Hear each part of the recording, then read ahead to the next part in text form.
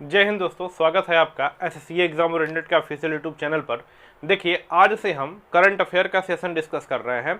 Current affair 2021 से 2022 तक हम आएंगे धीरे धीरे।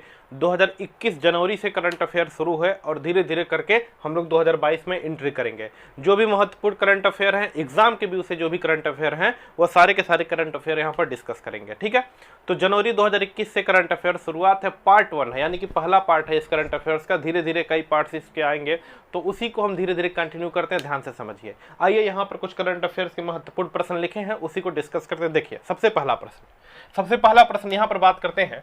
पहला क्वेश्चन है कि मेजर ध्यानचंद यूनिवर्सिटी कहां पर खोली जा रही है। मेजर ध्यानचंद यूनिवर्सिटी यानी कि मेजर ध्यानचंद खेल विश्वविद्यालय। देखिए, मेजर ध्यानचंद की बात करें, मेजर ध्यानचंद यूनिवर्सिटी की बात करें तो मेरठ में खोला जा रहा है। कहां पे? मेरठ में। पहला क्वेश्चन डिट्टो एकदम हूबहू याद रखना है।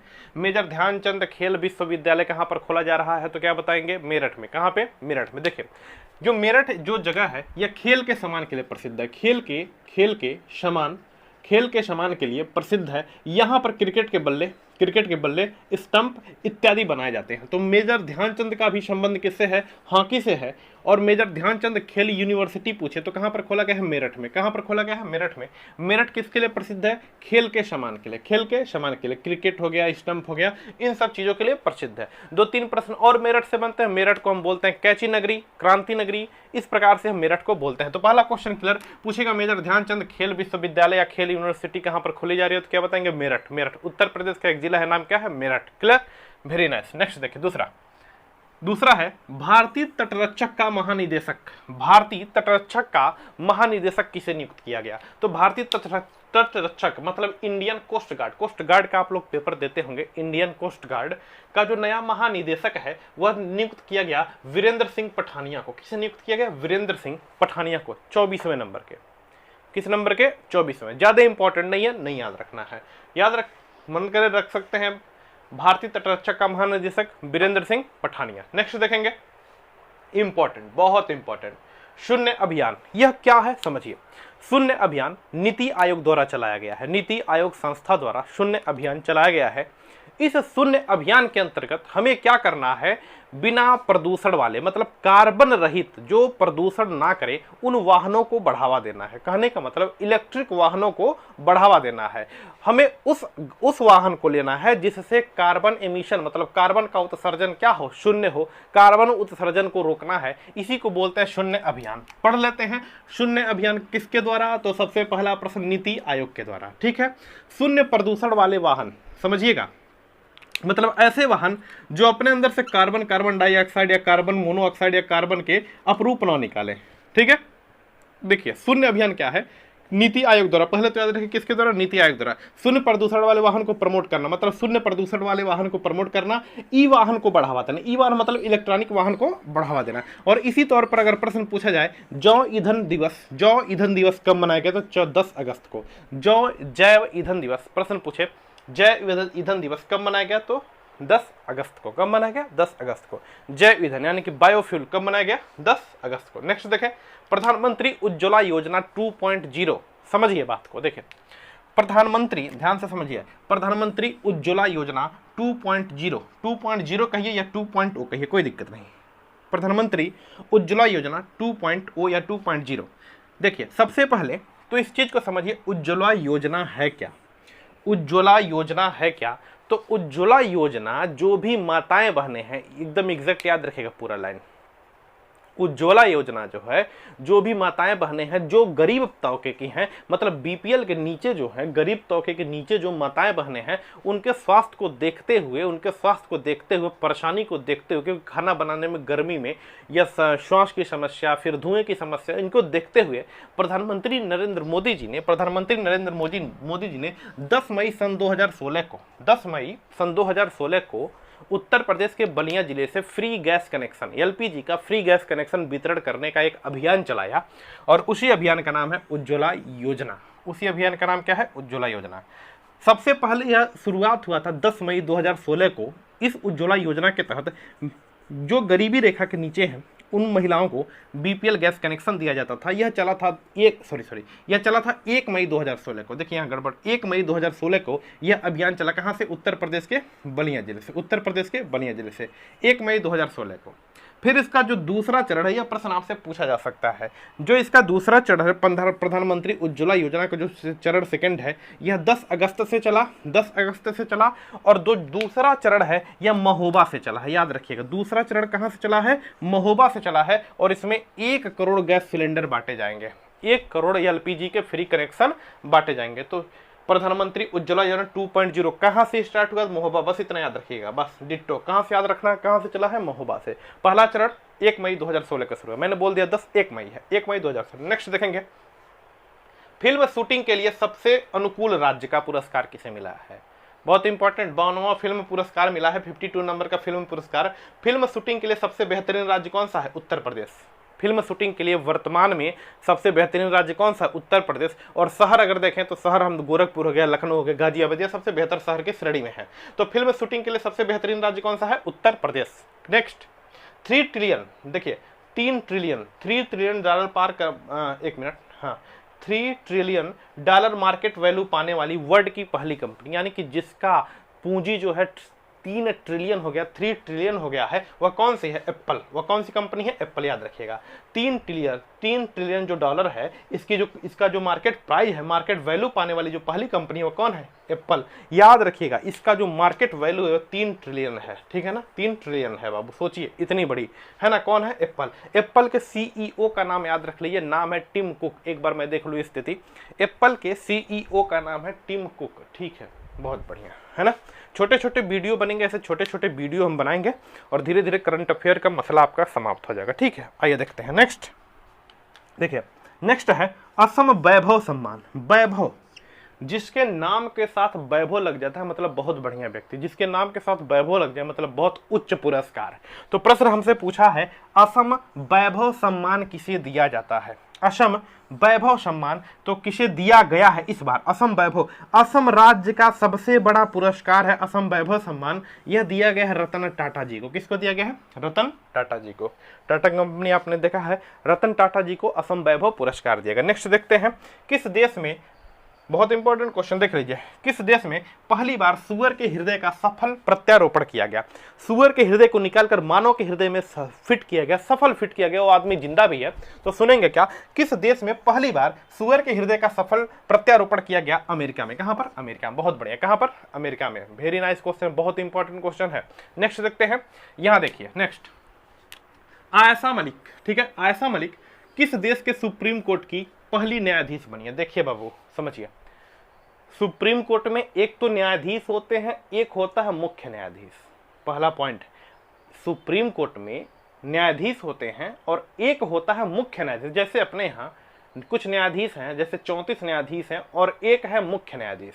जो मुख्य न्यायाधीश है उसे बोलते हैं चीफ जज ऑफ इंडिया, ठीक है, chief justice of India, CJI. इसी प्रकार से आयशा मलिक जो है, आयशा मलिक सुप्रीम कोर्ट की न्यायाधीश बनी है, नॉट मुख्य न्यायाधीश, न्यायाधीश केवल। आयशा मलिक सुप्रीम कोर्ट की न्यायाधीश बनी है। यह आयशा मलिक किस देश के सुप्रीम कोर्ट की न्यायाधीश बनी है? तो पाकिस्तान के। किस देश के सुप्रीम कोर्ट की न्यायाधीश बनी है? पाकिस्तान की। क्लियर। नेक्स्ट देखें, ओएनजीसी, बहुत इंपॉर्टेंट देखिए, ओएनजीसी स्थापना हुई थी 1956 में। ONGC oil natural gas corporation, oil natural gas corporation, oil natural gas corporation, ONGC, oil natural gas corporation. 1956 में इसकी स्थापना होती है और इसकी पहली महिला निदेशक, देखिए पहली महिला प्रमुख या पहली महिला निदेशक अगर पूछे तो अलका मित्तल बनी है। कौन बनी है? अलका मित्तल। यानी कि ONGC, oil natural gas corporation, जिसकी स्थापना होती है 1956 में, इसकी पहला प्रमुख बनी है अलका मित्तल। पहली महिला प्रमुख बनी है अलका मित्तल। बस डिट्टो, इतना ही याद रखना है। देखिए AFSPA,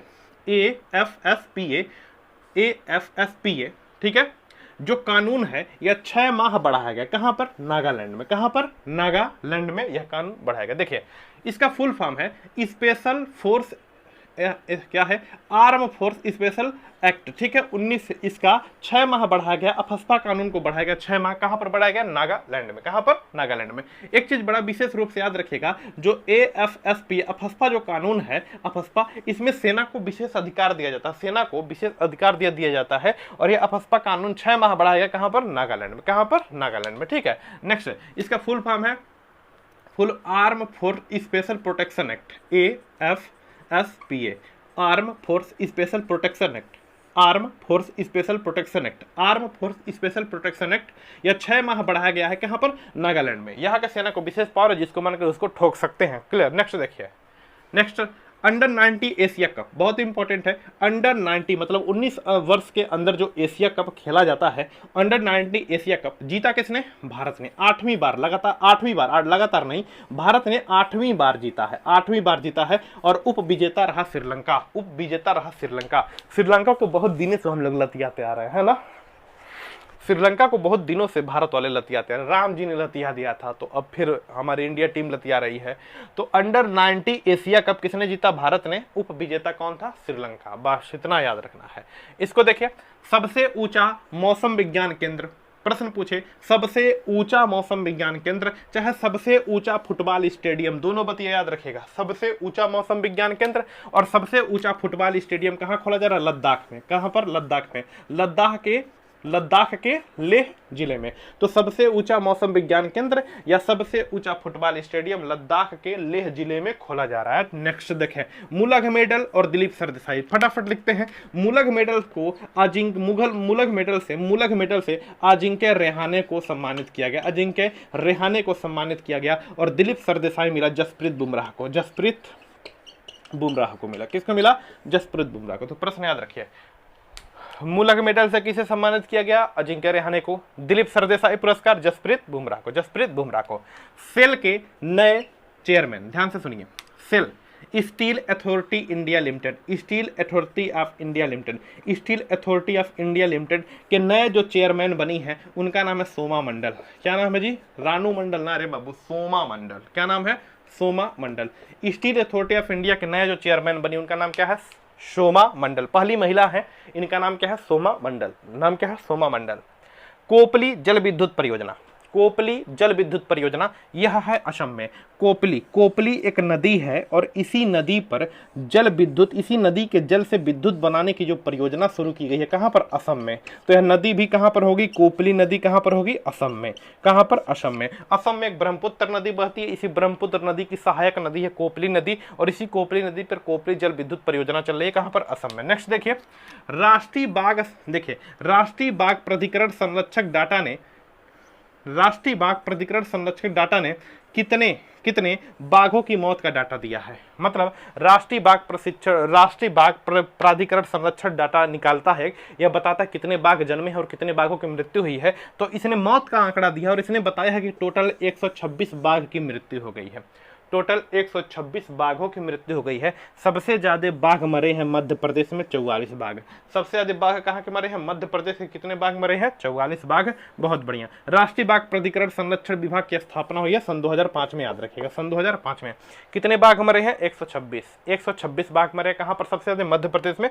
मध्य प्रदेश में 44 बाघ। कितने बाघ मरे हैं, 44। नेक्स्ट देखिए, नेक्स्ट है प्रधानमंत्री राष्ट्रीय बाल पुरस्कार। सुनिए, प्रधानमंत्री राष्ट्रीय बाल पुरस्कार 2022 में कुल कितने बालकों को शामिल किया गया। देखिए, प्रधानमंत्री राष्ट्रीय बाल पुरस्कार क्या होता है, कुछ बालकों को हम शामिल करते हैं, वह बालकों को हम एक नई विज्ञान की दिशा में, इनोवेशन की दिशा में नए नए नवाचार सिखाते हैं और उनको 1 लाख रुपए का पुरस्कार दिया जाता है। उनको 1 लाख रुपए का प्रधानमंत्री बाल पुरस्कार के अंतर्गत पुरस्कार की राशि है 1 लाख। तो पूछा है कि प्रधानमंत्री राष्ट्रीय बाल पुरस्कार 2022 से कितने बालकों को शामिल किया गया, कि 2022 में कितने बालकों को शामिल किया गया। तो याद रखिएगा 29। कितने बालकों को, 29। या 29 बालकों को 1-1 लाख रुपए का पुरस्कार मिलेगा, 1-1 लाख रुपए का पुरस्कार मिलेगा। डिट्टो। 10 मिनट, क्वेश्चन खत्म। आगे देखिए, 2-3 और बचा है। नेक्स्ट है, देखिए नेक्स्ट है संगाई महोत्सव। पूछे कौन सा महोत्सव, संगाई महोत्सव या कचाई लेमन महोत्सव। कचाई लेमन मतलब समझना कच्चा नींबू, अरे कच्चा बादाम नहीं, कच्चा नींबू। संगाई महोत्सव और कचाई लेमन महोत्सव, संगाई महोत्सव और कचाई लेमन महोत्सव, संगाई और कचाई, देखिए संगाई कचाई, संगाई कचाई दोनों कहां पर, मणिपुर में। प्रश्न पूछे संगाई महोत्सव कहां मनाया गया, तो आंसर क्या बताएंगे, मणिपुर। संगाई महोत्सव कहां मनाया गया, तो आंसर क्या बताएंगे, मणिपुर। ठीक है, कचाई लेमन महोत्सव यह भी मणिपुर में, कहां पे, Manipur. Next, Kevadia railway station का नया नाम। केवड़िया समझ रहे हैं, केवड़िया एक स्थान बताइए जहां पर सरदार वल्लभ भाई पटेल है ना। केवड़िया गुजरात का एक स्थान है जहां पर सरदार वल्लभ भाई पटेल की बड़ी सी प्रतिमा है। तो प्रश्न हमसे कहा है कि केवड़िया रेलवे स्टेशन का नया नाम क्या रखा गया है। सरदार वल्लभ भाई पटेल का जहां पर मूर्ति है वह स्थान है केवड़िया, है ना। सरदार वल्लभ भाई पटेल की जहां पर मूर्ति है वह स्थान है केवड़िया।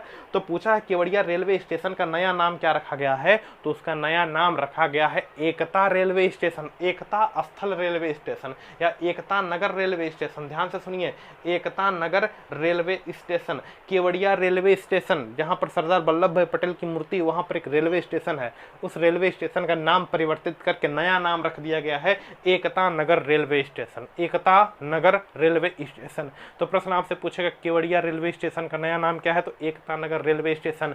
बस 10 मिनट या 12 मिनट हुए होंगे, या डिट्टो क्वेश्चन, इंपॉर्टेंट क्वेश्चन, महत्वपूर्ण क्वेश्चन कंप्लीट है। यह पार्ट 1 है बाबू, धीरे धीरे बहुत सारे पार्ट आएंगे, आपको कंप्लीट आपका एकदम जो करंट अफेयर्स की समस्या खत्म हो जाएगी। देखिए इतने छोटे समय में, इतने छोटे वीडियो में बहुत इंपॉर्टेंट क्वेश्चन कराए हैं। अच्छा लगे तो शेयर कर दीजिएगा, लाइक कर दीजिएगा। धन्यवाद।